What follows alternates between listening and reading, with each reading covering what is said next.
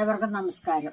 നമ്മളെന്തൊരു പുതിയ വീഡിയോയിലേക്കാണ് കിടക്കാൻ പോകുന്നത്. അതെന്താണെന്ന് ചോദിച്ചാൽ നമ്മളൊരു അച്ചാർ ഉണ്ടാക്കുന്നതാണ്. ഈ അച്ചാർ ഉണ്ടാക്കുന്നതിന്റെ കാരണം നമുക്ക് പറയാം. കാരണം എന്താ വെച്ചിട്ടുണ്ടെങ്കിൽ വേറെ ഒന്നല്ല, നമുക്കിപ്പോൾ കഷ്ടാനുഭവ ആഴ്ചയാണ്. അപ്പോൾ അതുകൊണ്ട് തന്നെ നമ്മളുടെ ദുഃഖവെള്ളിയുടെ കഞ്ഞിക്ക്, പള്ളിയിലെ ദുഃഖവെള്ളിയാഴ്ചത്തെ കഞ്ഞിക്ക് വേണ്ടിയുള്ള അച്ചാറാണ് നമ്മൾ തയ്യാറായിക്കൊണ്ടിരിക്കുന്നത്. സാധാരണഗതിയിൽ ദുഃഖവെള്ളിയാഴ്ചത്തെ കഞ്ഞി എന്ന് പറയുന്നത് നമുക്ക് വ്യാഴാഴ്ച അച്ചാറിട്ട് അങ്ങനെ ചെയ്യാം അല്ലേ മാം? അങ്ങനെ ചെയ്യാം.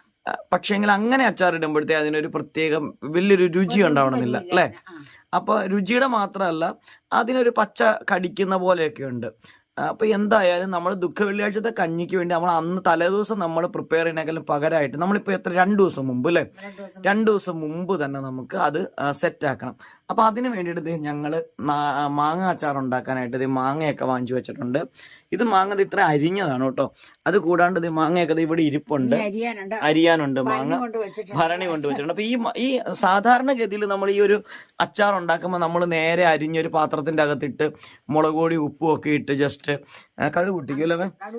ഇല്ല, അങ്ങനെ പെട്ടെന്ന് അങ്ങ് ഉണ്ടാക്കുകയാണ്. പക്ഷെ ഈ അച്ചാർ എന്ന് പറഞ്ഞാൽ അങ്ങനെയല്ല, വേറൊരു പ്രത്യേക രീതിയിലാണ് ഉണ്ടാക്കുന്നത്. അതുകൊണ്ട് തന്നെ ഇതിന് നല്ല ടേസ്റ്റ് ഉണ്ട്. പിന്നെ വേറൊരു കാര്യമുണ്ട്, ഇത് ദുഃഖവെള്ളിയാഴ്ചയ്ക്ക് മാത്രമല്ല കഴിക്കാവുന്നത്. ഈ രീതിയിൽ നമുക്ക് വീട്ടിലാണെങ്കിലും കുറച്ച് മാങ്ങയൊക്കെ, ഇത് ഏത് മാങ്ങയാണ് ഏറ്റവും നല്ലത്? ഏറ്റവും നല്ല നാട്ടുമാങ്ങയാ, നല്ല ആരുള്ള നാട്ടുമാങ്ങ. നാട്ടുമാങ്ങ കുഞ്ഞു നാട്ടുമാങ്ങയാണ്, അതാണ് അല്ലെ ഏറ്റവും ബെസ്റ്റ് ആയിട്ടുള്ളത്. നാട്ടുമാങ്ങ ഇല്ല, നമുക്ക് കിട്ടിയ മുഴുത്ത മാങ്ങയാണ്. മൂവാണ്ടം പറ്റുമോ മീന്? മൂവാണ്ടം പറ്റും, ബളുബിളാന്നായി പോകും മൂവാണ്ടം അല്ലേ? ഇത് വേറെ, ഇത് കിളിച്ചുണ്ടാണോ? ഇത് കിളിച്ചുണ്ടല്ല, ഇതിപ്പോ നമ്മുടെ നാട്ടുമാങ്ങയല്ല, ഇത് പാണ്ടിമാങ്ങയാ, ഇത് വരവ് മാങ്ങയാ ആണല്ലേ. നമ്മള് കൊറേ കടയെ തിരക്കുകയാണെങ്കിൽ മാങ്ങ ഇല്ലായിരുന്നു കേട്ടോ. അത് എന്നാ വെച്ചിട്ടുണ്ടെങ്കിൽ അത് നിങ്ങൾ ശ്രദ്ധിക്കണം. മാങ്ങ വാങ്ങിക്കാൻ പോകുമ്പോൾ കാര്യം ശ്രദ്ധിക്കേണ്ടതെന്ന് വെച്ചിട്ടുണ്ടെങ്കിൽ, ഞങ്ങൾ ഇന്ന് ഞായറാഴ്ചയാണ് മാങ്ങ വാങ്ങിക്കാനായിട്ട് പോയത്. പക്ഷെ ഞായറാഴ്ച മാങ്ങ വാങ്ങിക്കാൻ പോയപ്പോ എല്ലായിടത്തും മാങ്ങ വാട്ട മാങ്ങയാണ്, വാടിയതാണ് കേട്ടോ. അപ്പൊ എന്താ വെച്ചാൽ നമ്മൾ ഈ അച്ചാറിടാനായിട്ട് ഒരിക്കലും വാടിയ മാങ്ങ ഉപയോഗിക്കാനായിട്ട് പാടില്ല.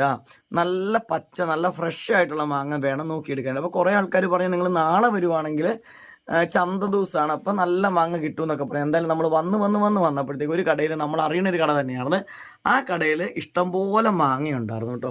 അപ്പൊ നല്ല പച്ചമാങ്ങ. നമ്മളിത് 6.5 കിലോ മാങ്ങ വാങ്ങിച്ചിട്ടുണ്ട് അല്ലേ. 6.5 കിലോ വാങ്ങിച്ചു. ഇത് കുറെ അമ്മ അരിഞ്ഞു കേട്ടോ. അതെ, അമ്മ അരിഞ്ഞത് കാണിച്ചു തരാം. ഈ ഒരു രീതിയിലാണ് അരിഞ്ഞേക്കുന്നത് കണ്ടോ. ഈ ഒരു കഞ്ഞിക്കൊക്കെ ഇങ്ങനത്തെ ഒരു ചെറുതായിട്ടുള്ള രീതിയിൽ ഇങ്ങനെയാണ് ഈ മാങ്ങ അരിഞ്ഞെടുക്കുന്നത്. അപ്പൊ ഈ മാങ്ങ നമ്മൾ അച്ചാറിടുമ്പോൾ ആദ്യം നമ്മൾ ചെയ്യാൻ പോകുന്നത് അരിഞ്ഞിട്ട് നേരെ അച്ചാറിടുകയല്ല ചെയ്യുന്നത്. ഇതൊരു പ്രത്യേക രീതിയിൽ ഈ ഭരണിയിൽ എത്ര ദിവസത്തേക്കാണ് വെക്കുന്നത്? 2 ദിവസത്തേക്ക് നമ്മൾ ഭരണിയിൽ ഇതൊന്ന് സെറ്റ് ചെയ്ത് വെച്ചിട്ടാണ് ഇത് എടുക്കുന്നത്. അപ്പൊ ആ ഒരു സീക്രട്ട് ആയിട്ടുള്ള അടിപൊളി അച്ചാർ എങ്ങനെ ഉണ്ടാക്കണം നമുക്ക് പെട്ടെന്നൊന്ന് കാണാം അല്ലെ. അപ്പൊ ബാക്കി മാങ്ങയുടെ അരിഞ്ഞതിന് ശേഷം നമുക്ക് ഇതെങ്ങനെ നമ്മൾ ഭരണിയിൽ ഇത് സെറ്റാക്കി വെക്കും നമുക്ക് കാണാവേ. നമ്മൾ ഈ മാങ്ങ വാങ്ങിച്ചുകൊണ്ട് വരുമ്പോൾ ഉണ്ടല്ലോ, ഒരു നല്ല പാത്രത്തിനകത്ത് നമ്മൾ കുറേ വെള്ളം ഒഴിച്ചിട്ട് ഈ മാങ്ങ അതിനകത്തിട്ട് നികക്ക വെള്ളം ഒഴിക്കണം. ഒഴിച്ചിട്ട് നമ്മൾ കുറച്ച് ഉപ്പും മഞ്ഞൾപ്പൊടിയും കൂടെ അതിനകത്തിട്ടൊരു 10-15 മിനിറ്റ് വെച്ചേക്കണം. അതെന്തിനാന്ന് ചോദിച്ചു കഴിഞ്ഞാൽ നമ്മൾ ഈ മാങ്ങയുടെ തൊലി ചെത്താതാണ് നമ്മൾ ഉപ്പിലിടുന്നത്. ഈ തൊലി കളയുമില്ല. നമ്മൾ ഈ തൊലി കളഞ്ഞു കഴിഞ്ഞാൽ ഈ അച്ചാറിന് രുചിയില്ല. അപ്പൊ അതുകൊണ്ട് എന്തെങ്കിലും വിഷാംശങ്ങളും ഒക്കെ ഉണ്ടെങ്കിൽ അത് പോകാനാണ് നമ്മൾ ഈ മഞ്ഞൾപ്പൊടി ഉപ്പും ഇടുന്നത്. അപ്പൊ അങ്ങനെ ഇട്ടിട്ട് നമ്മളൊരു 10 മിനിറ്റ് വെച്ചാൽ മതി. നമ്മളൊരു 3-4 വെള്ളം പിന്നെ കഴുകണം. അപ്പൊ നല്ല വൃത്തിയായിട്ടിരിക്കുമല്ലേ ഈ മാങ്ങയെല്ലാം. ഞാൻ മൂളി കഴിഞ്ഞു. അപ്പൊ നമ്മൾ അങ്ങനെ അത് ഇട്ടിട്ട് ഇതിന്റെ മൂടി ചെത്തി കഴുകുക. അപ്പൊ ചൊനയൊക്കെ ഉണ്ടെങ്കിൽ അങ്ങ് പോകാനെ കൊണ്ടാണ് ഇത് ചെത്തുന്നത്. അതെന്താ നിങ്ങൾക്ക് മനസ്സിലായത്? അതായത് ആദ്യം അമ്മ ഇതിന്റെ ഞെട്ട് ഒന്നും ചെത്താതെയാണ് വെള്ളത്തിലിടുന്നത്. അതിനുശേഷം പിന്നെ എന്താ വെച്ചാൽ നന്നായിട്ട് 2-3 വെള്ളം കഴുകിയതിന് 3 വെള്ളം കഴുകിയതിനു ശേഷം പിന്നെ ഇതിനെ ഞെടുപ്പിന്റെ ഭാഗം ചെത്തിക്കളയും. എന്നിട്ട് വീണ്ടും വെള്ളത്തിലിടും. അതെന്തിനാന്ന് വെച്ചിട്ടുണ്ടെങ്കിൽ ആ ഞെടുപ്പ് ചെത്തി കഴിയുമ്പോൾ ഇതിനകത്തുള്ള ചെനയും കറയും ഒക്കെ അതിലൂടെ പുറത്തേക്ക് പോകും അല്ലെ. അപ്പൊ എന്നിട്ടാണ് നമ്മൾ പിന്നെ വെള്ളം തോരണം. മാങ്ങ നന്നായിട്ട് വെള്ളം തോരണം. പിന്നെ ഇതിനകത്ത് വെള്ളമയം വരരുത്. അപ്പൊ വെള്ളത്തിൽ നിന്ന് എടുത്ത് പിന്നെ തുടച്ചെടുക്കണം അല്ലേ. അല്ലെങ്കിൽ കുറെ നേരം വെച്ചിരുന്നാ മതി. അപ്പൊ വെള്ളം ഇതെന്നൊക്കെ ഉണങ്ങിപ്പോവും. അപ്പൊ എന്നിട്ടാണ് പിന്നെ നമ്മളിത് അച്ചാറിടാനെ കൊണ്ട് നമ്മൾ പൂളി ഈ രീതിയിൽ ഇത് ഇങ്ങനെ പൂളി വെച്ചേക്കുവാണേ. ഇതിപ്പോ ലാസ്റ്റ് മാങ്ങയാണ് കേട്ടോ പൂളുന്നത്.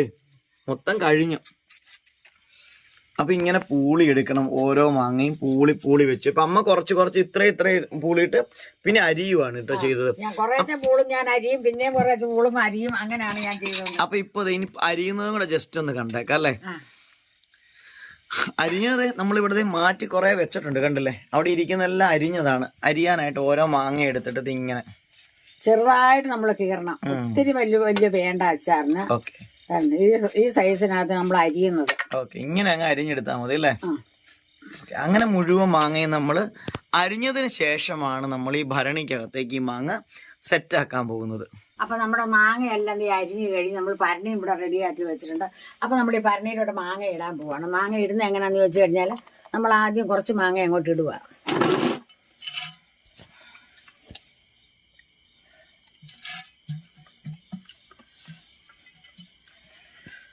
അപ്പോൾ നമ്മൾ ഞാൻ 2 കൈ കൊണ്ട് കൂടെ 2 പ്രാവശ്യം മാങ്ങ ഇട്ടിട്ടുണ്ട്. അപ്പോൾ പിന്നെ നമ്മൾ അതിനൊരു കുറച്ച് ഉപ്പ് അങ്ങോട്ട് ഇടുക. ഇത് എത്ര ഉപ്പ്? കല്ലുപ്പാണ്, പൊടിയുപ്പ് ഇടരുത്, കല്ലുപ്പിടണം. അത്രയും ഉപ്പിട്ടു. ഇനി നമ്മൾ വീണ്ടും നമ്മൾ അത്രയും മാങ്ങ ഇവിടെ അങ്ങോട്ട് ഇടുവാണ് അതിൻ്റെ മുകളിൽ. ഇത് മാങ്ങ ഉപ്പും മിക്സ് ചെയ്തിട്ട് വയ്ക്കും അല്ലേ? വേറെ എന്തെങ്കിലും ചേർക്കും ഇപ്പം ഇതിൻ്റെ അകത്ത്? ഒന്നും ചേർക്കില്ല, ഇല്ല, വെറും ഉപ്പ് മാത്രം അല്ലേ? വീണ്ടും നമ്മൾ 2 കൈ മാങ്ങ ഇട്ടു, കല്ലുപ്പ് എടുത്തിട്ടു, കല്ലുപ്പിട്ടു, കുറച്ച് കല്ലുപ്പ്. പിന്നെ നമ്മൾ ഉപ്പ് കുറവുണ്ട് നമ്മൾ പിന്നെ എടുക്കുമ്പോഴേ ബാക്കി ഉപ്പ് നമ്മൾ ചേർക്കണം. അപ്പൊ ഒരു കാര്യം, ഇങ്ങനെ നമ്മൾ ഇത് തട്ടായിട്ട് ലെയർ ആയിട്ട് അല്ലേ മൊത്തം നമുക്കൊരു കാര്യം ചെയ്യാം. ഇങ്ങനെ ലെയറായിട്ട് നമുക്ക് ഈ ഭരണിക്കകത്തേക്ക് മൊത്തം മാങ്ങ ഇങ്ങനെ സെറ്റാക്കാം അല്ലേ? അങ്ങനെ നമ്മുടെ മാങ്ങ ഏതാണ്ട് ഭരണി നിറയാറായില്ലേ? മൊത്തം അങ്ങനെ നമ്മൾ അരിഞ്ഞത് അതിൻ്റെ അകത്തേക്ക് ഇട്ടുകൊണ്ടിരിക്കുകയാണ്. 8 ലിറ്റർ അല്ലേ? ആ ഭരണിക്കകത്ത് മൊത്തം നിറച്ച് തന്നെ ഉണ്ട് അല്ലേ? ഇപ്പൊ നിറച്ചുണ്ട്. നാളെ പക്ഷേ പകുതിയാവും. നാളെ കുറയോ ഇത്? പിന്നെ കുറയും. ആണോ? ഓ,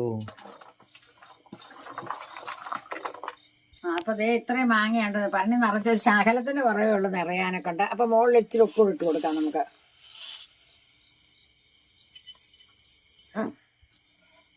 അപ്പൊ നിങ്ങൾ ഇത് 2 ദിവസം കൂടെ കഴിഞ്ഞിട്ടാണ് ബാക്കി പരിപാടി നമ്മൾ ചെയ്യാൻ പോകുന്നത്. അപ്പൊ നിങ്ങൾക്ക് ഇത് ഇഷ്ടപ്പെട്ടിട്ടുണ്ടെങ്കിൽ നിങ്ങൾ ഇപ്പൊ തന്നെ ഒന്ന് ലൈക്ക് ചെയ്യണം, കമന്റും ചെയ്യണം. സബ്സ്ക്രൈബ് ചെയ്യാതെ കാണണമെങ്കിൽ ജസ്റ്റ് ഒന്ന് സബ്സ്ക്രൈബ് ചെയ്യുക, സപ്പോർട്ട് ചെയ്യുക, ഹൈപ്പ് ചെയ്യുക ചെയ്യുക അല്ലേ?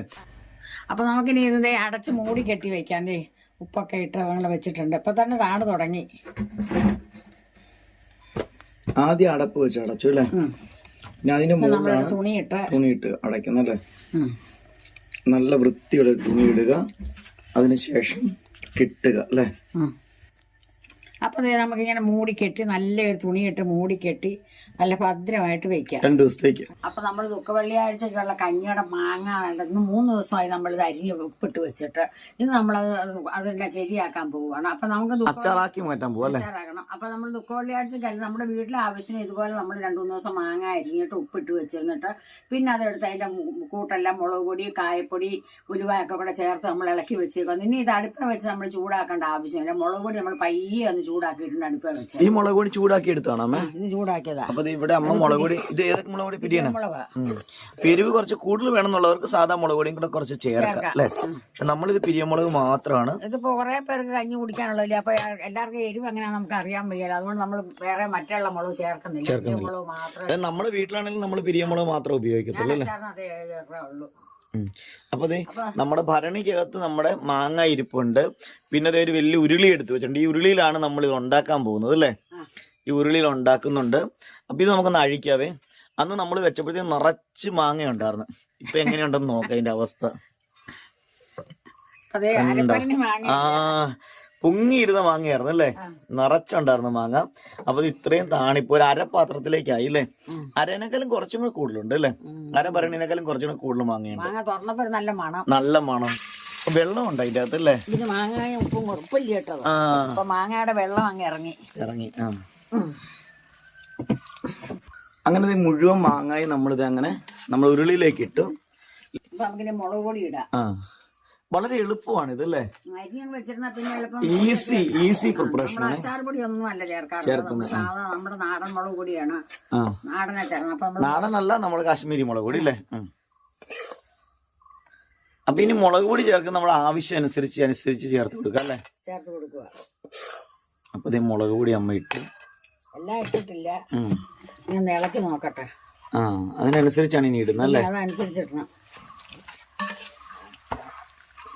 ഇനി ഇങ്ങനെ ഇത് മിക്സ് ചെയ്തിട്ടും എത്ര ദിവസം വെച്ചേക്കണമേ? ഇപ്പൊ 2-3 ദിവസമൊക്കെ ഇന്ന് ബുധനാണ്. ഇന്ന് വ്യാഴം വെള്ളിയാഴ്ച നമ്മൾ എടുക്കും. 2 ദിവസം കഴിയുമ്പോൾ നമ്മൾ എടുക്കും. അല്ലെങ്കിൽ നമുക്ക് കുറെ നാളത്തേക്ക് വെച്ചേക്കാം. വീട്ടിലാണെങ്കിൽ കുറെ നാളത്തേക്ക് ഇരുന്നോളൂ ഇതല്ലേ. മുളക് പൊടി വെക്കുവാണേ, മൊത്തം ഇടാം അല്ലേ. ആ മുളക് പൊടി ഒരു പ്രത്യേകതയുണ്ട് കേട്ടോ. മുളക് പൊടി വെറുതെ ചൂടാക്കി, മീൻസ് പച്ചക്കല്ല മുളക് പൊടി പതുക്കെ ഒന്ന് ചൂടാക്കി, അതിനുവേണ്ടി മാത്രമാണ് നമ്മൾ തീ കത്തിച്ചിട്ടുള്ളൂ എന്നുള്ളതാണ് ഈ ഒരു അച്ചാറിന്റെ പ്രത്യേകത. കായം അല്ലേ. ആ കായം പൊടിക്കായാണ് നമ്മൾ ഇടണേ.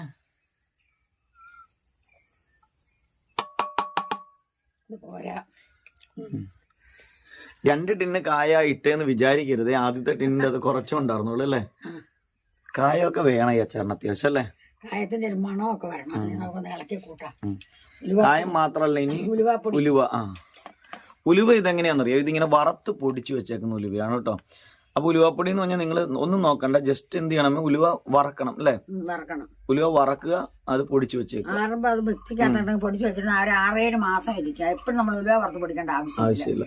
അമ്മയ്ക്ക് അത്യാവശ്യം വയ്യാണ്ടിരിക്കും കേട്ടോ പറയാനായിട്ടല്ലേ അമ്മേ. രാവിലെ ആയതുകൊണ്ട് അമ്മയ്ക്ക് രാവിലെ എഴുന്നേറ്റ് 10 മണി വരെ ഭയങ്കര പാടാണ്. ഇപ്പൊ നമ്മള് രാവിലെയാണ് കേട്ടോ ഇത് ഉണ്ടാക്കുന്നത്. ഇപ്പൊ സമയം 7:30 ആവണേ ഉള്ളൂ. അപ്പൊ രാവിലെ അച്ചാർ ഉണ്ടാക്കി വെച്ചിട്ട് എനിക്ക് പോകാൻ വേണ്ടിയിട്ടാണ് രാവിലെ ഞങ്ങളിത് സെറ്റാക്കുന്നത്. ഇതിനകത്ത് മഞ്ഞൾപ്പൊടിയോ ഇഞ്ചിയോ വെളുത്തുള്ളിയോ കറിവേപ്പിലയോ ഒന്നും ചേർക്കത്തില്ല ഇതിന്റെ അകത്ത് അല്ലേ.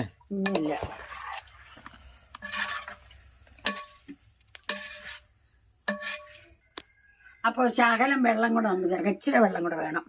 വെള്ളം എന്ന് പറഞ്ഞാൽ സാധാ വെള്ളം അല്ല കേട്ടോ, തിളപ്പിച്ചാർച്ച വെള്ളമാണ്. നന്നായിട്ട് തിളപ്പിച്ച് തണുത്ത വെള്ളമാണ് ഒഴിക്കുന്നത്. ചൂടാണേലും കുഴപ്പമൊന്നുമില്ല അല്ലേ. കുഴപ്പമില്ല, എന്നാലും തണുത്ത വെള്ളം ഒഴിക്കുന്നതാണ് നല്ലത്, അല്ലെങ്കിൽ വെന്ത പോലെ ആയിപ്പോ അല്ലേ. മാങ്ങ